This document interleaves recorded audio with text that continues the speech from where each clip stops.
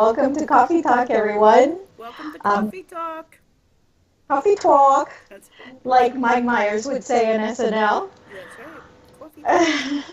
Coffee Talk. Coffee Talk. Today we have a really amazing guest. His name is Edgar Cayce. And actually, I am kind of glad we are having him on because I didn't know much about him. And just for those that happen to fall in that category, I want to real quickly just tell you that Edgar Cayce was an American Christian mystic who answered questions on subjects that varied as much from healing, reincarnation, wars, Atlantis, and future events while he was in a trance. Basically, what he would do is he would get in a sleep-like state by laying down on a couch, closing his eyes, and folding his hands over his stomach. And in that state of relaxation and meditation, he was able to place his mind in contact with all time and space, the universal consciousness. So, with that said, he had the ability to do a lot of stuff and be able to answer a lot of questions. So, we're extremely excited to have him here. So, Marie, any beginning words for Mr. Cayce? Well, there's a beginning word from me. This is my second visit with Mr. Cayce. He came quite surprisingly and always welcome a few months back. I just want to preface this by saying I had no idea who he was either. And he looked at me and said, "You call yourself a medium and you don't know who I am?" Well, and then he left. He actually has a great sense of humor. So when I see Mr. Cayce, and I see him right now the same as I saw him, the first time, he presents in a black and white picture. And this is for me because it was back in, I believe, the 50s or before color television or whatever really came into being. And I see him with dark glasses and his hair slicked back, and he smoked because he likes to sit there with his cigarette. He crosses his legs for the interview, and he kind of has like this older style kitchen table that he's sitting next to, and he just looked at me and he goes, "Well, it's coffee talk, right?" So anyways, Mr. Cayce says he's thrilled to be here. He's happy to answer any questions that we may have, and fire away. Awesome. Well, we do have a couple of questions from two people that we actually, won the guess for the numbers. But before we go there, I kind of wanted to get started with a little bit more of the background. And when did he realize that his dreams were channeling, that he was channeling through his dreams or through this meditation? He said it's the freakiest thing because when he would come out of the meditation, he would remember all this and he'd be like, "This is the craziest dream ever." And he said, and that's how it starts. He says, "I had these dreams," and I'm like, "Wow, that's like mind blowing." And I kind of like thought, it's interesting that this happens. And then I had roommates, and they discovered and that I was talking in my sleep, and that's when this all started. Roommates, wives, and I became a subject of study once we realized I was channeling while I was in that dream meditative state. And that's when the questions all started to come. So, didn't realize what I was doing at first, and then had a little help, and it's all divine intervention. Wow. And so would you remember, were you able to remember what you were telling people, or would they would tell you later on what you would say? Well, at the beginning, I remembered it like I was remembering dreams. But once I started to really go in these deep trance states, the more information would come out and the less I would remember, because I was in such a deep state at a very unconscious, subconscious level, communicating while it was all being transcribed. So while I don't remember it, all of it, I was told afterwards. Oh, okay. Wow. That's incredibly interesting. So you said this was around the time you had roommates, so I'm assuming it was like when you were in college? That's when it started.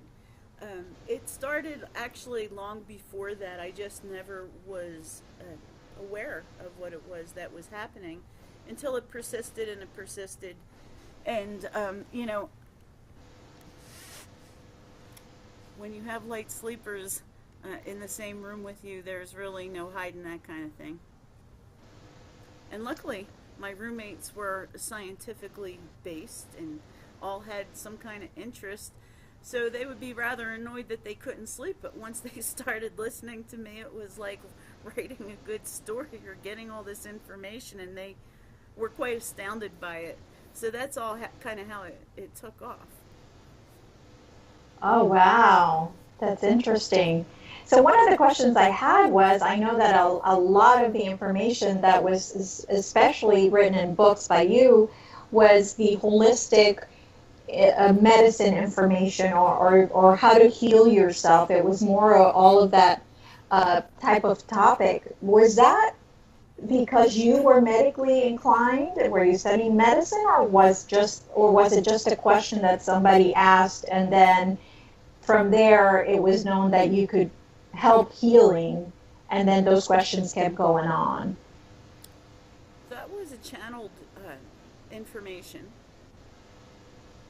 The holistic, it was um, channeled through me by ancient Asian guides. There's a time and a need for it. Um, Not only back then, it wasn't really taken seriously back then, but now and in the future, because they're always going to come back and reference my channelings with respect to the holistic healing.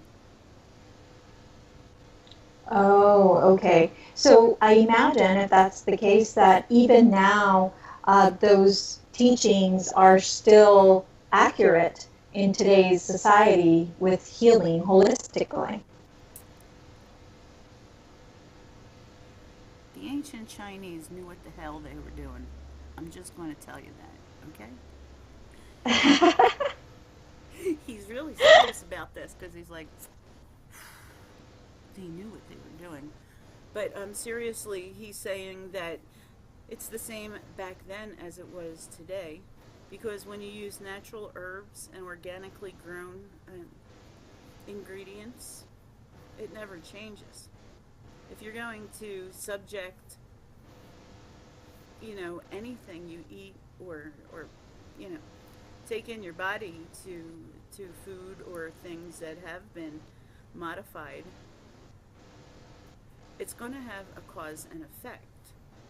And this is what the Chinese guide was channeling through me. And, it made sense then, and it made sense now. Holistic is holistic.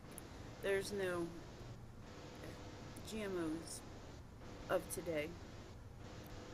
There's no pesticides of today. And remember, way back then, it wasn't like it was today either. Back in the 50s, we used to spray the streets for mosquitoes.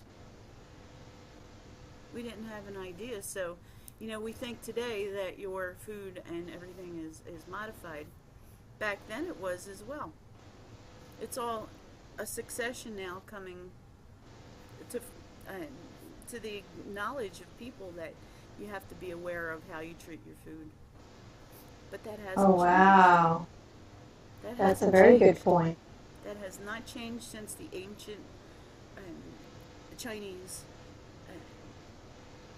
instituted this herbology and homeopathic medicine. Nothing from there has changed. Wow, that's fantastic. So how did you come out, so to speak, to others? Like, what did you have a career before you decided to just do this full time, or how did that happen?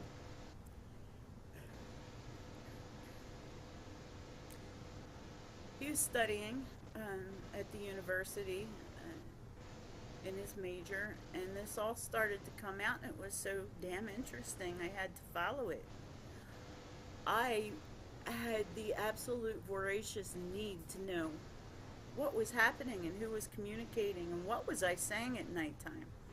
Um, for the part that I didn't remember, and I wanted to know more, and I wanted to open this realm of discussion between the two worlds. It's like a chasm that people would view it, the living and the dead. There really is no chasm, and that's what I attempted to do, and that's what kept me going.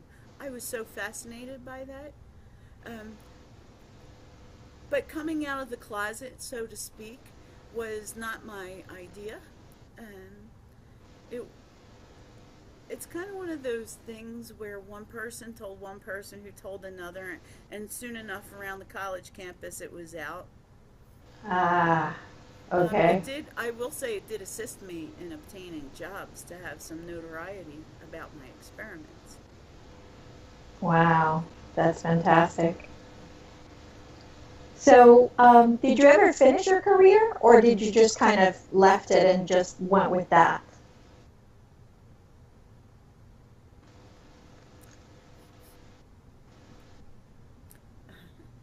He says, well, since it's channeled at nighttime, when I was asleep, it allowed me all day to do whatever I wanted. So, did I? Yes, I did. I paid attention to that. Was it my full time focus? No. No. This was definitely my full time focus. I would transcribe, or we would discuss and analyze the material that came through, and all of that. So, while I still had my career, it was not my passion. Right, right, exactly. So, moving on to the questions that we had from our winners. Beth Grigal or Gregal, Griggle? she had a question. Sure. Is life like a dream, and when we die, we wake up? Is life like a dream, and when we die, do we wake up? Oh my gosh. He's banging on the table. He lit another cigarette and he goes, that's fucking genius. Yes, on levels, yes. You can look at it that way. Absolutely. He loves it. He just loves it. Oh, wow. He says, I can't even Fantastic. expound on that. That question answers itself. Yes. Wow. That's crazy to even think it that way. He says it's an amazing way to think of it, but when you look at it, the reality is when you die, you really do, you know, wake up because you Yes. remember everything. We Right. came, we Exactly. came here and we got stupid in terms because Right. we forgot everything we already knew. So this Right. is like a dream, like you work your way through um, this fogginess of trying to remember and little patches of remembering. So that's like a dream, absolutely. On point, Beth. Yes, it definitely feels like it sometimes to me as well.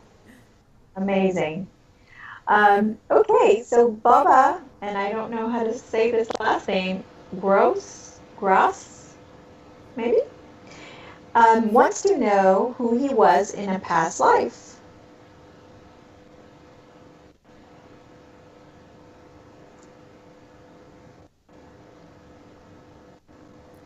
Well, first thing he does is laugh and he says, do I look like I'm sleeping?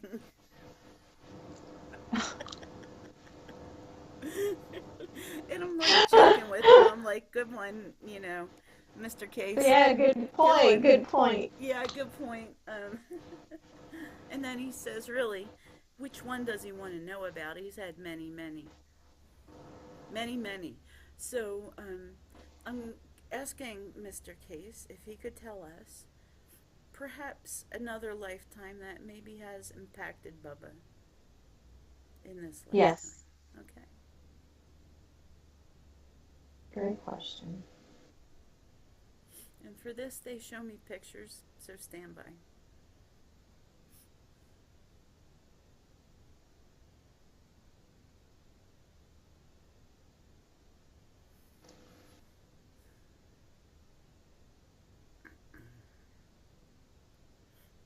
I'm a female and I'm overlooking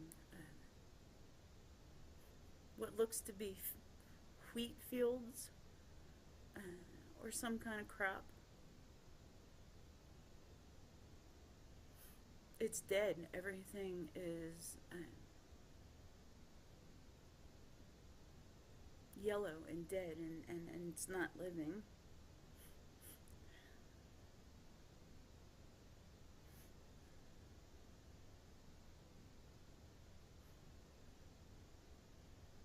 And when I turn around, so sorry. When I turn around and I look behind me in the very small shack that I reside in, I see 3 beds and 3 little beds and 1 large bed. And in the large bed, her husband is ill. And he's frail and he's very thin. And when I look down, she's very thin.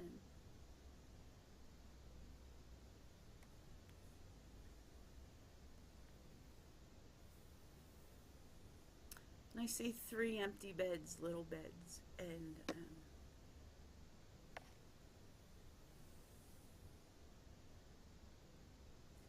it was in a time of great sickness. She lost the 3 babies. Her husband was ill, and there was not a lot of abundance in this lifetime. I feel in this lifetime, Bubba feels the need to be opposite of that. Like he has a love for kids and wants to have kids around him. And feeding his family and being generous to those he loves is very important to him. And this all stems from that lifetime. That lifetime. So it's a lifetime that has helped him be a better person in this life. It's like Absolutely. He came in that incarnation to learn about love and loss. And he certainly had his fill of that. He got that lesson. He's good to go on that lesson. So coming here, he does the opposite. Okay, I got that lesson now. I'm going to gather, love and children and family and take good care of them. fantastic. That's wonderful. Thank you, Ed. Let's ask. Yes, let's add.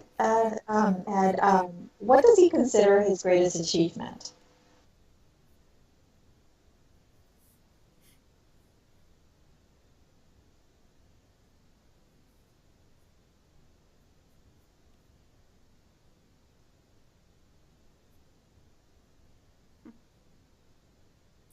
Coming to peace with himself and his soul. He says, I really did have other troubles, issues to work out on my own here. The same things that we all come to learn. Love, loss, everything.